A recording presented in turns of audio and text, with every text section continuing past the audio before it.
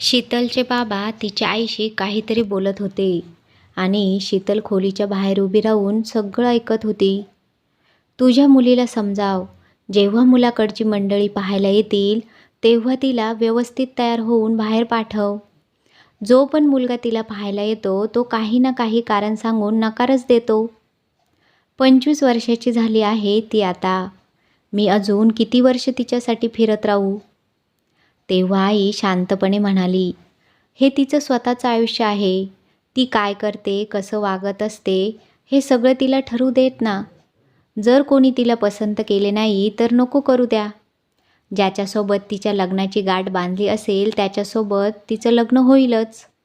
बाबा रागाने उठून म्हणाले, थोडं तरी या जगानुसार चालावं लागतं. 25 वर्षाची झाली आहे ती. तिला घरीच ठेवून म्हातारी करणार आहेस का. आई शांतच होती. ती ठामपणे म्हणाली, तुम्ही जरा बाहेर पहा. कितीतरी मुली 30-32 वर्षाच्या झाल्या आहेत पण अजूनही अविवाहित आहेत. तुम्ही माझ्या मुलीच्या मागे लागू नका बरं. लग्नाचा योग असेल तेव्हा ते आपोआप होईल. शिवाय ती तुमच्या पैशांवर अवलंबूनही नाही, स्वतःच्या पायावर उभी आहे. हे ऐकून बाबा काळजीत पडले आणि हळू आवाजात म्हणाले, ती स्वतःच्या पायावर उभी आहे हेच तर मला भीतीदायक वाटतं. तिच्या कंपनीचा मालक तिच्यावर नजर ठेवून आहे. आपल्या लक्षात येत नाही का, तिला इतरांपेक्षा दुप्पट पगार मिळतोय. एकदा तिच्या केबिनमध्ये जाऊन बघ. तिला ज्या सुविधा मिळाल्या आहेत त्या तिच्यापेक्षा वरिष्ठ कर्मचाऱ्यांनाही नाहीत. आईने नकारार्थी मान हलवली. तिला ज्या सुविधा तिच्या कर्तृत्वामुळे मिळाल्या आहेत. तुम्ही विनाकारण तिच्यावर संशय घेऊ नका. शीतल आई बाबांचं बोलणं ऐकून खोलीच्या बाहेर उभी राहून ऐकत होती. तिच्या मनात वादळ उठलं होतं. जसं मी विचार करते अगदी तसंच बाबा पण विचार करत होते. खरंच कंपनीच्या मालकाची माझ्यावर वाईट नजर आहे का. तिने खूप विचार केला पण काहीच ठोस उत्तर सापडत नव्हतं. गेल्या 6 महिन्यांपासून तिचा पगार दुप्पट झाला होता पण मालकाने तिला कधीही फोन केला नव्हता. इतकंच काय तर तो त्यांच्या ब्रँचमध्येही कधी आला नव्हता. तो तर दुसऱ्या शहरातल्या मोठ्या ब्रँचमध्ये बसायचा. मग तो CCTV कॅमेऱ्यातून मला बघतोय का. तिला हे माहीत होतं की त्याच्या पत्नीचा मृत्यू अनेक वर्षांपूर्वी झाला होता. त्याला एक मुलगा होता पण त्यांनी दुसरे लग्न केलं नव्हतं. त्याला सुंदर मुलगी सहज मिळू शकली असती. मग तो माझ्यासारख्या साध्या मुलीवर का वेडा होईल. जी मुलं मला पाहायला येतात तीही मला नाकारतात. ही कल्पनाच तिच्या अंगावर काटा आणणारी होती. आणि मग एके दिवशी तिच्या संशयाला अधिक आधार मिळाला. तिच्या कॅबिनमध्ये एक माणूस आला. हातात गाडीची चावी आणि काही कागदपत्र होती. तो गंभीर स्वरात म्हणाला, मॅडम, ही गाडीची चावी कंपनीच्या मालकांनी तुमच्या नावावर गाडी खरेदी केली आहे आणि ही तिची कागदपत्र. शीतलने धडधडत्या काळजाने ते पेपर उघडले. 20 लाखांची गाडी तिच्या नावावर खरेदी केली होती. हे पाहून तिचे डोळे विस्फारले. तिच्या अंगावर शहार आला. हे नक्की काय सुरू आहे. तिला स्वतःपेक्षा दुप्पट वयाच्या मालकावर खूप राग आला होता. शेवटी राहवलं नाही आणि तिने थेट मालकाला फोन लावला. ती संतापून म्हणाली, सर, हे काय आहे. तुम्ही माझ्यासाठी गाडी का घेतली. दुसऱ्या बाजूने शांत आवाज आला, का तुला आवडली नाही का. ती अडखळत म्हणाली, पण सर, मला गाडी नको आहे. समोरून आवाज आला, ही गाडी तुला वेळेवर ऑफिसला येता यावं म्हणून दिली आहे. असं समज ही तुझ्या सुरक्षिततेसाठी आहे आणि तुला गाडी चालवता येत नाही म्हणून सोबत एक ड्रायव्हरही दिला आहे. शीतलला काहीतरी बोलायचं होतं पण तिचं धाडसच झालं नाही. ती बराच वेळ गप्प राहिली आणि शेवटी समोरून फोन कट करण्यात आला. शीतल घरी रिक्षाने आली. तिचा चेहरा उतरलेला पाहून आईने विचारलं, काय झालं. ऑफिसमध्ये काही अडचण झाली का. घाबरलेल्या मनाने शीतलने आईला सगळं सांगितलं. 20 लाखांची गाडी ऐकून आईच्या तर पायाखालची जमीनच सरकली. शीतल म्हणाली, आता मला त्या कंपनीत काम करायचं नाही आई. मी उद्यापासून ऑफिसला जाणार नाही. आई विचारात पडली आणि म्हणाली, तुझा मालक दिसायला कसा आहे गं. शीतलने कंपनीच्या वेबसाईटवरून श्रीकांतचा फोटो दाखवला. फोटो पाहून आई म्हणाली, अरे, हा तर 30 वर्षाचाही वाटत नाही आणि दिसायलाही खूप देखणा आहे. तू असं कर, त्याच्याशीच लग्न कर. शीतलने ताडकन उत्तर दिलं, आई, तो माझ्यापेक्षा दुप्पट वयाचा आहे आई शांतपणे म्हणाली, बाळा, या जमान्यात वय आणि रूपाला फारसं महत्त्व नाही गं. पैसा सगळं काही आहे. बघ ना, माझं संपूर्ण आयुष्य निघून गेलं, पण मला कधी माझ्या आवडीचे कपडे किंवा दागिने घालायला मिळाले नाहीत. तुला तर इतका श्रीमंत नवरा मिळतोय आणि त्याला तू आवडते सुद्धा. एक चांगलं स्थळ मिळाल्यावर लोक काहीही बोलले तरी त्याला महत्त्व देऊ नकोस. शीतल वैतागून म्हणाली, सगळ्यात पहिल्यांदा तर बाबाच याला विरोध करतील. आई म्हणाली, तू काही काळजी करू नकोस. तुझ्या बाबांना समजावण्याची जबाबदारी माझी आहे.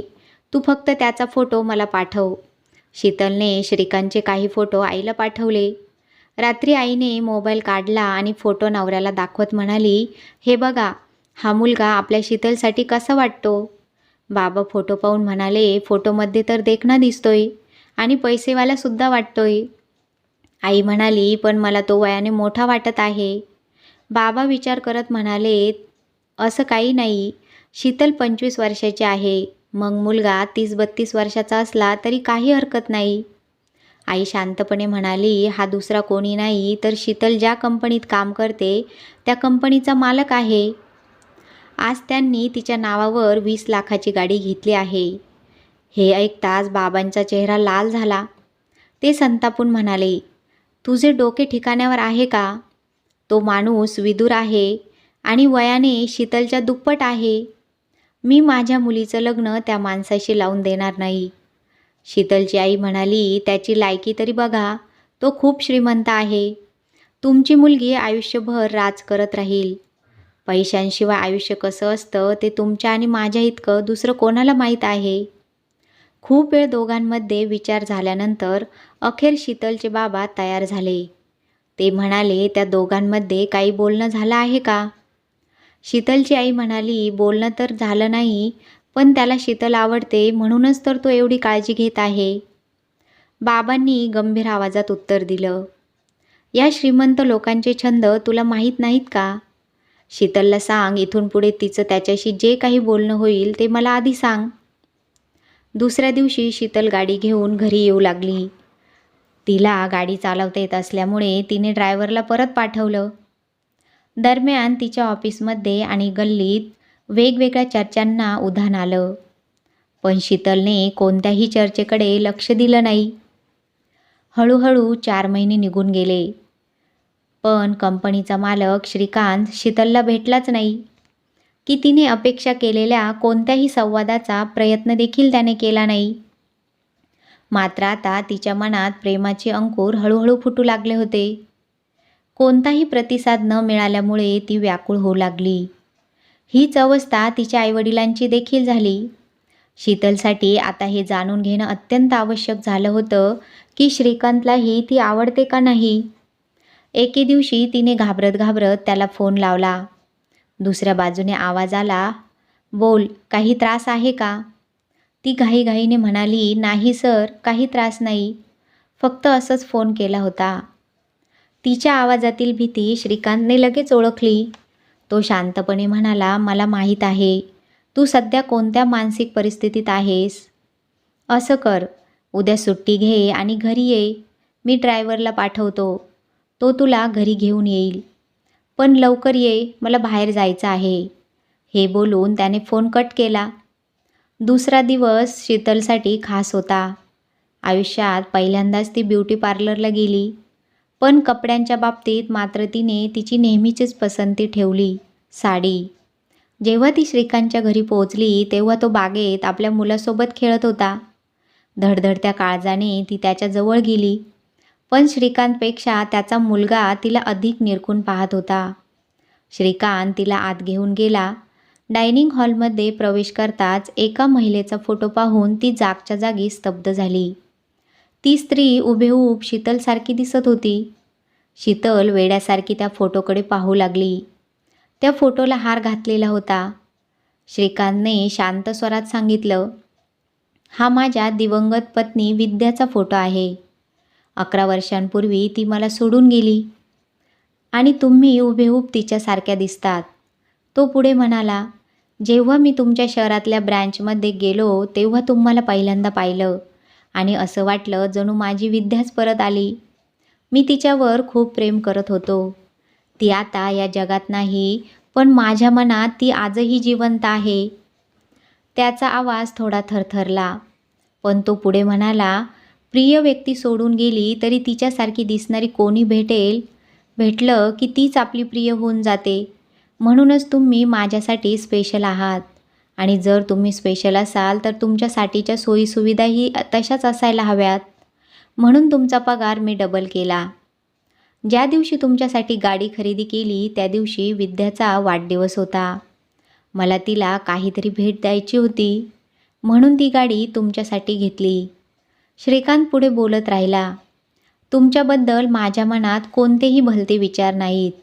मी हे सगळं फक्त माझ्या समाधानासाठी करतो. कधीतरी ती आकाशातून माझ्याकडे पाहील आणि तिला वाटेल की आजही प्रेम अनंत आहे.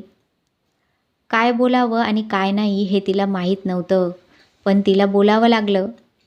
जेव्हा श्रीकांतने विचारलं, तुमच्या आईवडिलांनी तुमच्यासाठी एखादा मुलगा बघितला आहे का? ती घाबरत म्हणाली, नाही सर. त्यावर श्रीकांत म्हणाला, तुमच्यासाठी माझ्या नजरेत एक चांगला मुलगा आहे. माझ्या या ब्रँचमध्ये मॅनेजर आहे. तुम्ही म्हणाल तर त्याचं स्थळ तुमच्या घरी पाठवतो. ती पटकन म्हणाली, जसं तुम्हाला योग्य वाटेल तसं ठीक आहे. मी त्याच्याशी बोलतो. तुम्ही घर पाहून घ्या आणि मग जेवण करून जा. मला हैदराबादला जायचं आहे. मी तयार होऊन निघतो. आणि तो जाऊ लागला. तेव्हा शीतलने धाडस करून विचारलं, सर एक गोष्ट विचारू का? तो थांबला आणि म्हणाला, काय? ती जरा धीट होत म्हणाली, तुम्ही दुसरं लग्न का नाही केलं? तो हसला आणि म्हणाला, हे आयुष्य फक्त विद्यासाठी राखून ठेवलं आहे. तिची जागा दुसरं कोणीही घेऊ शकत नाही. आणि तुम्ही हे घर फिरून पाहाल. मुलगा पुन्हा बाहेर जाऊन खेळू लागला. शीतल एका नोकराला सोबत घेऊन घरातल्या खोल्यांमध्ये फिरू लागली. वरच्या 2 मजल्यांवरून येईपर्यंत श्रीकांत निघून गेला होता. प्रत्येक खोलीत विद्याचेच फोटो होते. शीतलला असं वाटलं जणू ती आत्ता त्या फोटोतून बाहेर येऊन तिला विचारेल, तू कोण आहेस? जेव्हा ती श्रीकांतच्या बेडरूममध्ये पोहोचली तिला असं वाटलं जणू ती एखाद्या फिल्मी स्टुडिओजमध्ये आली आहे. भिंतीच्या 4ही बाजूंना विद्याचे फोटो होते. तिला क्षणभर वाटलं की तिचेच फोटो आहेत. स्टडी रूमचा दरवाजा अर्धवट उघडा होता. ती वाकून आत डोकावली. हेही पाहू शकते का? नोकर म्हणाला, साहेब सांगून गेले आहे तुम्ही काहीही पाहू शकता. तुम्हाला कोणी थांबवणार नाही. शीतल हळूच आत शिरली. टेबलावर एक डायरी पडली होती. उघडलेल्या डायरीवर हस्तलिखित लेख होते. तिचं लक्ष त्यावर गेलं. ती गडबडीने पाने उलटू लागली. डायरीत कविता लिहिल्या होत्या. ती वाचू लागली. कितीतरी वर्ष झाली तुला दूर जाऊन, तरीसुद्धा असंच वाटतं तू इथेच कुठेतरी आहेस. लोक म्हणतात तू निघून गेलीस, पण मला माहीत आहे तू श्वास बनून माझ्या हृदयात लपून बसली आहेस. वेळ थांबलेली आहे आजही. प्रत्येक कोपऱ्यात तुझा वास दरवळतो. डोळे बंद केले की तू हवा बनून माझ्या गालावरून हळूच स्पर्श करून जातेस. शीतलच्या डोळ्यांसमोर अंधाऱ्या आल्या. तिने घाबरून डायरी बंद केली. तिचे हात थरथरत होते. ती तिथे जास्त वेळ थांबू शकली नाही आणि आपल्या घरी निघाली. आज शीतलचं लग्न झालं आहे. तिने त्याच मुलाशी लग्न केलं ज्याला श्रीकांतने पसंत केलं होतं. तिला माहीत होतं श्रीकांतने निवडलेला मुलगा तिच्यासाठी सर्वोत्तम असेल. ती आपल्या नवऱ्याबरोबर खूप आनंदी आहे. कथा आवडली असेल तर व्हिडिओला लाईक करा, शेअर करा आणि अशाच नवनवीन कथा ऐकण्यासाठी चॅनलला सबस्क्राईब करा. धन्यवाद.